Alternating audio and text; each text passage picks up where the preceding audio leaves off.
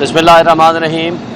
आज जैसा कि सारे दोस्तों को मालूम है कि खान साहब का आज केस प्रोसीडिंग्स थी, कोर्ट प्रोसीडिंग्स थी, लेकिन हमें अंदर ले जाया गया, लेकिन हमें डिप्टी सुपरिटेंडेंट के कमरे में बिठा दिया गया और हमें खान साहब से आज मिलने की इजाज़त नहीं दी गई और किसी भी कोर्ट प्रोसीडिंग्स में हमें पार्टिसिपेट करने की इजाज़त नहीं दी गई। इसके बावजूद कि मेरा वहाँ वकालतनामा है इस केस के अंदर, मैं बग़ैर किसी हिंड्रेंस के वहाँ जा सकता हूँ, लेकिन जिस तरह की हिंड्रेंसेस क्रिएट की गई वो सब आपके सामने हैं। और इस हवाले से भी मैं समझता हूँ कि ये बड़ा तौहीन आमेज़ सलूक है सहाफ़ियों और वकला के साथ।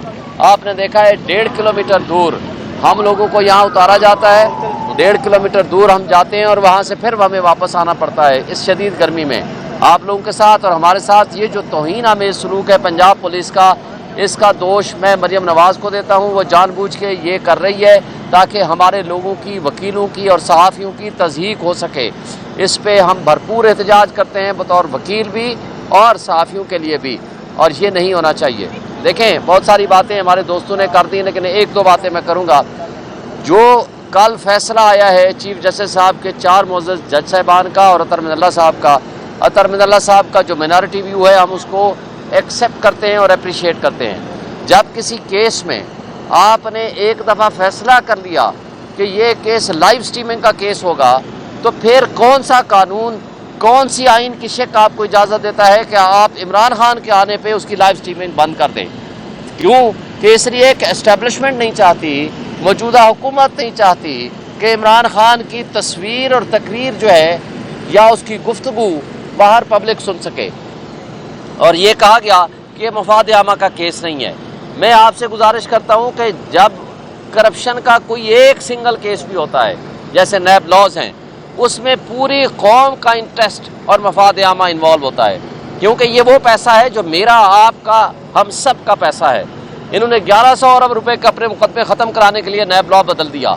फिर इनकी बेईमानी आप देखें कि पिछले साल ये इस बात को, 2 साल पहले इस बात को एप्रिसिएशन मांगते थे कि हमने 90 दिन से 15 दिन कर दिया रिमांड का टाइम, लेकिन पिछले साल इन्होंने एक ऑर्डिनेंस के ज़रिए इसको 30 दिन किया और अब ऑर्डिनेंस के ज़रिए उसको 40 दिन कर लिया। और ऑर्डिनेंस कितने अरसे के लिए होता है आपको पता है? 4 महीने के लिए। मकसद क्या है? मकसद ये है कि इमरान खान के ख़िलाफ़ अब नैब जो कि एक लिहाज से तमाम इदारे उनके ख़िलाफ़ जो प्रोसीडिंग कर रहे हैं, नैब तो एक लिहाज से बांदी बन के खड़ा हुआ है माफिया के सामने, कानून के मुताबिक वो नहीं चल रहा, ये बड़ी ज़्यादती कर रहे हैं, लेकिन सिर्फ इसलिए कि ताकि रिमांड लें तो इमरान खान का 40 दिन के लिए हो। सिर्फ इस मकसद के लिए, लॉ को फ्रस्ट्रेट करने के लिए, आइन को फ्रस्ट्रेट करने के लिए एक पर्सन स्पेसिफिक लॉ बनाया गया है कि जो कि इलीगल, अनलॉफुल एंड अनकॉन्स्टिट्यूशनल है। और हम सोच रहे हैं कि हम उसको इंशाल्लाह चैलेंज करेंगे। और उसके साथ साथ अब हमें 8 तारीख को, 8 जून को इस्लामाबाद में जलसे की इजाज़त मिल गई है। हम चाहते थे कि वो F9 पार्क में हो, लेकिन उन्हें हमें रवात में इजाज़त दी है। हम इसको या तो चैलेंज करेंगे जगह के लिए, लेकिन हम इंशाल्लाह 8 जून को जलसा करेंगे।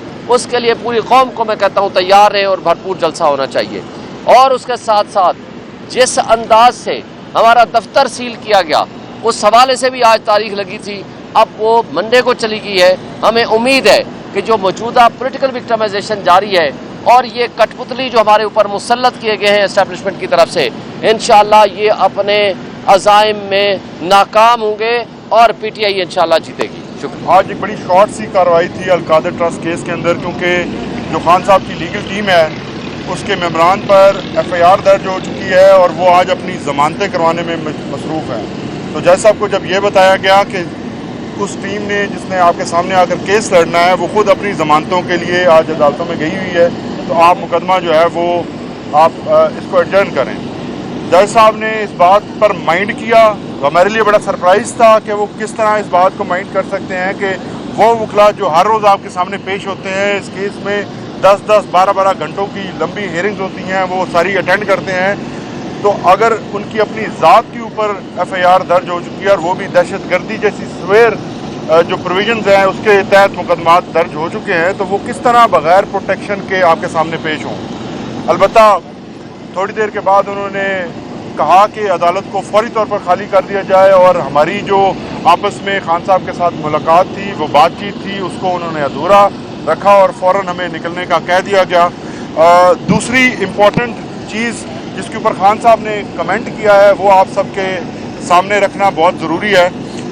खान साहब ने अखबार में पढ़ा कि फॉर्मेशन कमांडर्स की मीटिंग हुई है जिसके अंदर 9 मई के ऊपर बहुत ज़्यादा तशवीश का इजहार किया गया है। खान साहब ने ये कहा है कि हम भी इसी तरह की तशवीश रखते हैं और हम भी चाहते हैं कि 9 मई के ऊपर तहकीकात हों और हम बिल्कुल तैयार हैं कि 9 मई के ऊपर जिस किस्म की तहकीकात या कमीशन बनाया जाता है हम हर तरह से तैयार हैं कि उसमें कोऑपरेट करें। लेकिन 2 चीज़ें उन्होंने कहा कि ये ज़रूर होनी चाहिए उसके अंदर जो भी कमीशन तहकीकात करे, पहले नंबर पे कि इस्लामाबाद हाई कोर्ट के CCTV कैमरास को किसने चुराया था और फुटेज को किसने चुराया था, और दूसरा उन्होंने कहा है कि मुझे जो अबडक्ट किया गया था, जो सुप्रीम कोर्ट ने ये डिक्लेयर किया था कि मुझे गैर कानूनी तौर पर वहाँ से अबडक्ट किया गया था हाई कोर्ट के अंदर से, वो किसके हुक्म से हुआ था। अगर ये 2 पॉइंट्स उसके अंदर शामिल किए जाते हैं तो तहरीक इंसाफ ये जो कल मुतालबा किया गया है कि 9 मई के ऊपर तहकीकात होनी चाहिए, बिल्कुल उसको सपोर्ट करती है। तहरीक इंसाफ उनके साथ खड़ी है। तीसरी इम्पॉर्टेंट चीज़ ये है कि अभी फैमिली ने भी थोड़ी देर पहले अनाउंस किया कि खान साहब किसी किस्म की कोई डील नहीं करना चाहते, वो उनकी किसी किस्म की कोई बातचीत नहीं हो रही, वो सिर्फ अपने मुकदमात को कानून और इंसाफ के मुताबिक हल करवाना चाहते हैं। चौथी चीज़, ओवरसीज़ पाकिस्तानियों के लिए खान साहब ने एक पैगाम दिया है जिसके अंदर उन्होंने फरमाया है कि आपको जल्द एक शेड्यूल दिया जाएगा जिसके तहत आप लोगों ने एहतजाज करना है और आप अपनी तैयारी रखें। सोशल मीडिया के लिए ख़ास तौर पर खान साहब ने अपना पैगाम जारी किया है कि ये सोशल मीडिया मेरी ताकत है।